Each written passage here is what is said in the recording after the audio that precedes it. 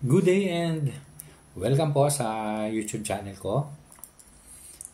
In this episode, bali ang i-discuss ko po is regarding the common issues and problems na na-encounter natin regarding sa car air conditioning. Kasi last episode po, regarding naman yung sa cycle ng car air conditioning. So, start na po tayo. Pag nag-on tayo ng engine, then siyempre, i-on na rin po natin yung ating AC system. By the way, mas maganda po pag nag-on tayo ng AC system, especially na nakapark tayo sa mainit na lugar, yung hindi covered. O kahit covered na rin. I-open muna natin yung bintana natin para mas maganda makalabas yung mga lumang yung lumang mga hangin. Then pag on natin ng ating aircon switch, bali, ang may po yan 1, 2, 3, 4. So, pag-on natin ng 1, so, una po ang pinakang AC system natin. Then, maririnig po natin na magkiklik yung car compressor natin sa harapan ng sasakyan. Then, a few seconds, lalabas na yung malamig na hangin galing sa car ventilation. Pero may encounter tayo dyan na pag, di ba, nag-1 tayo, tapos nag-change tayo ng pan. Kasi yung 2, 3, 4 dyan is yung speed ng pan. So, naka-1 tayo, tapos nag-change tayo ng speed ng fan. Mas malamig. Gusto natin mas malakas. 2, 3, or 4. Pag may isa dyan na hindi siya gumana. For example, pag on mo ng 2, 3, pero hindi siya gumana, pero yung pag sunod mo ng 4, gumana naman siya. Ang issue po doon is yung resistor block. Ipa-check nyo lang po sa AC Tech. Baka defective na or lumuwag lang. Ganun. Then, yung katabi naman po niyan, yung tinatawag nating temperature switch. Yun po yung mag-a-adjust kung anong gusto ng ating lamig sa sasakyan. So, ang ko lang po doon, ang ko lang po sa inyo, huwag nyo pong pabago-baguhin yung na yun, yung temperature switch na yun. Kasi minsan yun ang dahilan ng kagalaw natin, nasisira eh. Saka kung pwede lang sana, lang, steady nyo lang sa 3/4 or 1/2, gano'n. Avoid na lang natin isagad natin yung yung temperature switch na yun, yung sagad. Kasi pag gano'n, nahihirapan yung compressor. Matagal siya magtatrabaho bago niya mapalamig yung sasakyan. So, pag naman po yan, encounter nyo, pag yan ang nagka-problema at hindi yung lamig ng sasakyan nyo, hindi siya nagbabago ang lamig. For example, nakakalahati ka lang. Tapos gustong ina-adjust mo na, for example, sa 3/4 or medyo sagad sa dun sa pinakang temperature side na dulo, hindi naman nagbabago ang lamig. Ang problema na po doon is yung thermostat. So, pwedeng yun po kasi yung thermostat na yun, naka-ipit yun sa evaporator. Pwedeng yun ang defective o natanggal lang doon sa kasi nag-ipit lang yun eh. So, yun ang pwede nyo ipacheck kung saan magka-issue ka. Then, punta naman po tayo dun sa blower. Yung kasi importante yan kasi pag ikot yan yung naglalabas at pasok ng ng air dun sa ating sasakyan. So, kung sakali namang yan ay hindi na gumana, ang issue niyan is pwedeng defective na yung motor mo o kaya fuse. May fuse kasi yan eh. Then, by the way, yung iba kasi hindi nila alam na yung ibang sasakyan kasi may tinatawag tayong cabin filter dyan sa nakalagay yan sa may globe compartment. Yun yung kasi yung blower umiikot yan, nag-ialbas.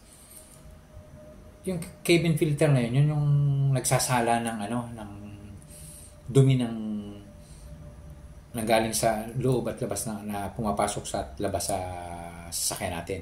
Kaya i-check nyo yun. Kasi minsan, mararamdaman nyo, sagad na yung pan nyo, pero mahina yung lumalabas na hangin sa vent. Yun ang problema. Pag-check minsan ng iba, barado na yung cabin filter. Kaya i-check nyo rin po yan kung meron kayong cabin filter. Kasi yung iba namang sasakyan, walang cabin filter. Okay? Then, so, okay na po tayo doon. So, angat tayo doon punta tayo sa palabas ng pag nag-on tayo ng nag-on tayo ng AC. Pero, anong nangyari? Hindi lumamig yung yung system natin, yung aircon system. At hindi mo rin narinig yung click nung compressor na kung nag-work siya. So, ang gawin nyo doon, siyempre, buksan nyo yung hood ng sasakyan. Then, ang gawin nyo, hipuin nyo yung high pressure side ng car aircon system nyo. Doon sa diagram naman, di ba yun nandun, yung tube na nanggaling sa evaporator, dadaan ng expansion valve. Yun, papuntang compressor. Yun yung high side. So, pag yun ay dapat, pag hinipo mo yun, let's say na tumatakbo yung compressor mo pero hindi malamig yun. Pwedeng ang issue doon is pwedeng kulang ang refrigerant mo or kaya may leak yung aircon system mo. So, kung sa issue naman nung nung compressor at hindi siya tumakbo, wag niyo na kagad isipin na sira na yung compressor niyo Kasi pwedeng ang nag-issue lang ay yung pinakang relay niyan, yung relay. May relay yan. Yung sa ibang sasakyan kasi nakalagay yan sa may coolant nandun. Pwedeng lumuwag lang yung relay or defective na. Yun, kung defective na, talagang need yung palitan. So, yun yung at least alam nyo na, yun ang pwedeng maging issue kaya hindi tumakbo yung compressor mo. Saka, by the way, hindi sa talaga, pag ikaw ay wala ka ng pag naubusan ka na ng refrigerant sa sasakyan, hindi na talaga hindi tatakbo yung tatakbo yung compressor mo pero hindi na siya wala siyang i-compress hindi siya magbigay ng lamig. kasi wala nga ng refrigerant, nagkameron ng leak. By the way, kaya nga pala tumutunog yung yung compression ay tick. Kasi yung clutch niya noon, may clutch yan yung compressor, yun yung tumutunog. Ibig sabihin nun, working yung compressor mo. So, regarding naman sa mga leak, mostly, madali lang ma-check nyo yan, yung mga leak na yan, kung sakaling hindi lumalamig yung high side pressure nyo. Di ba sinabi ko? Kasi mostly, yung mga leak na yan, nagmumula lang sa mga, doon sa yung tube dyan, aluminum tube, sa mga fittings lang yan, nagli-leak. Kasi yung mga tube na yan, matibay naman yan aluminum tube na yan. Hindi yan basta-basta dyan mag-leak. Doon sa mga dugtungan yan, yun ang i-check nyo, yung mga dugtungan. Kasi ang bumibigay dyan, dahil sa lakas ng pressure ng bomba ng compressor, nagkakameron ng high pressure dyan sa loob ng aircon system. Ang bumibigay dyan, nasira dyan mga o-ring. Doon sa mga dugtungan, doon sa mga fittings. Yun. Madali mo malaman kung may leak yan. Kasi nga, basa yan yung parang may langis yung yung dugtungan na yon sa fittings. May langis kang makakapa ng basa. Kasi yun yung oil na nanggaling sa sa compressor, yung tinatawag nating compressor oil or yung tinatawag nating Capella oil. Yun sumasama kasi yung sa refrigerant doon sa mga tube. So yun o kaya kung pwede mong ma-check yun, lagyan mo ng yung pinaka mga fittings na yun at nalalaman talaga may check. Pwede nyo lagyan ng yung foam, hawak kayo ng foam tapos may sabon na bubula yun. So malalaman nyo kung may leak doon. Yun ang isang dahilan, malalaman nyo yun. Tapos ito, may na-encounter nyo rin to yung naka standby kayo o naka-park. Tapos biglang nawawala yung lamig ng aircon mo. Mainit yung lumalabas na. So, ba't kaya mag-iisip ka kung gano'n, no? Okay. Pero nung tumakbo na yung sasakyan at malis na kayo, nag-okay na yung lamig. Tapos, nung na-traffic na, for example, na-traffic kayo naman kayo, mahabang traffic, natigil naman, nag-init na naman lalabas. Ang problema po nun is yung nag-high pressure ang condenser nyo, yung AC system nyo. Kasi, yung kulang na yung hangin na na-receive ng condenser nyo. Mainit yan lalo na mag-iinit yan. Kasi,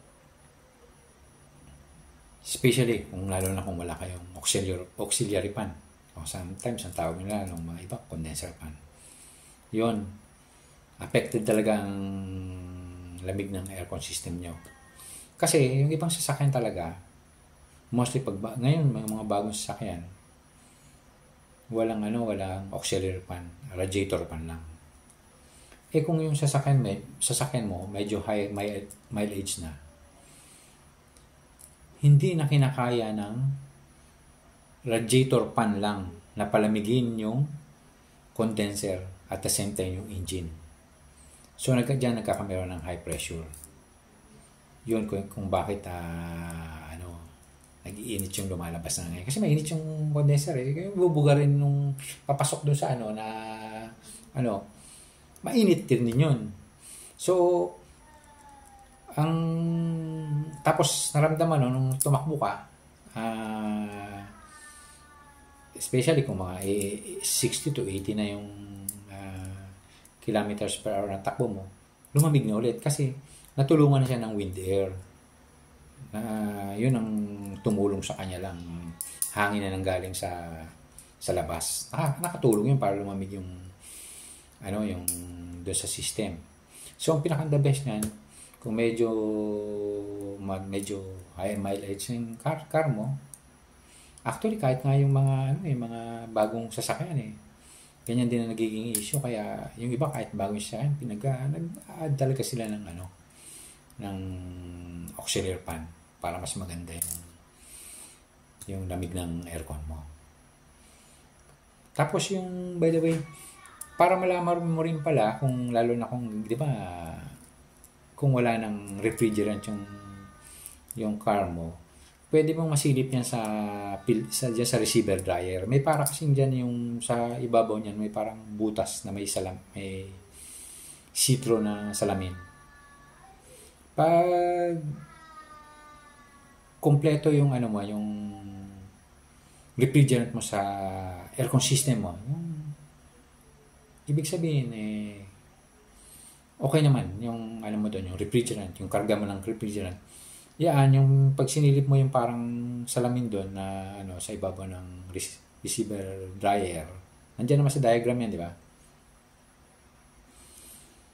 Siya, wala siyang bula ron, walang bula yung parang makita nyo yung continuous lang yung flow ng refrigerant doon. From condenser papuntang doon sa expansion valve. Kasi dadaan doon. So, smooth lang yung diretso. Pero pag nakita mo na yan na bumubula, wala na yan. Bawas na ang freon mo, yung refrigerant mo. Pwedeng kulang na ang refrigerant mo o ubos na. So, yan ang isa sa dahilan. Ayan ang pwede mo ring pag-basis. By the way, kung karga ka nga pala kayo ng refrigerant, PSI, yung PSI niyan ng aircon system natin, yung normal PSI, tandaan nyo yan para alam nyo rin, 150/30. Yan yung normal PSI ng aircon system natin. 150 yung high side, high pressure, tapos yung 30 yung sa low side pressure. So, yun ang pinakang tandaan nyo para at least alam nyo rin na kung paano ma-check yan.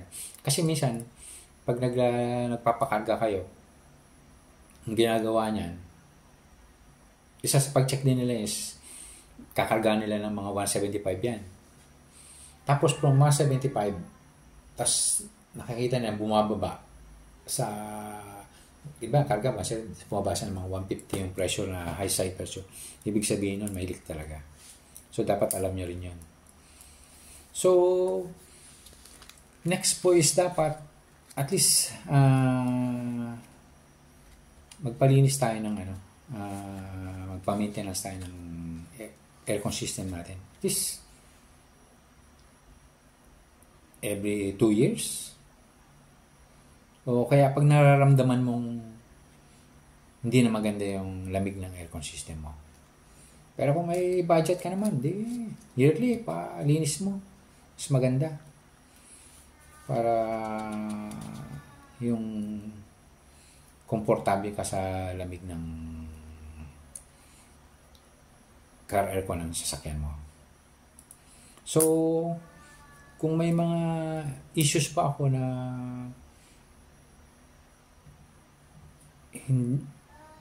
gusto nyong malaman, comment na lang po kayo sa baba para masagot ko. Yon.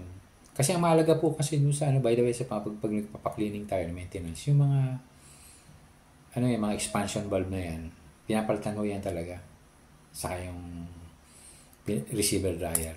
Yan yung mga pinapalitan dyan. So, I hope po na may mga bagong info na naman po kayo na nakuha sa episode na to at mahalaga ay na i-share ko sa inyo. So, I hope po na makakatulong yun sa inyo. And by the way, please like, share, and subscribe my channel, and press na rin po yung notification bell para every time may bago akong content, ma-notify kayo. Thank you po and God bless.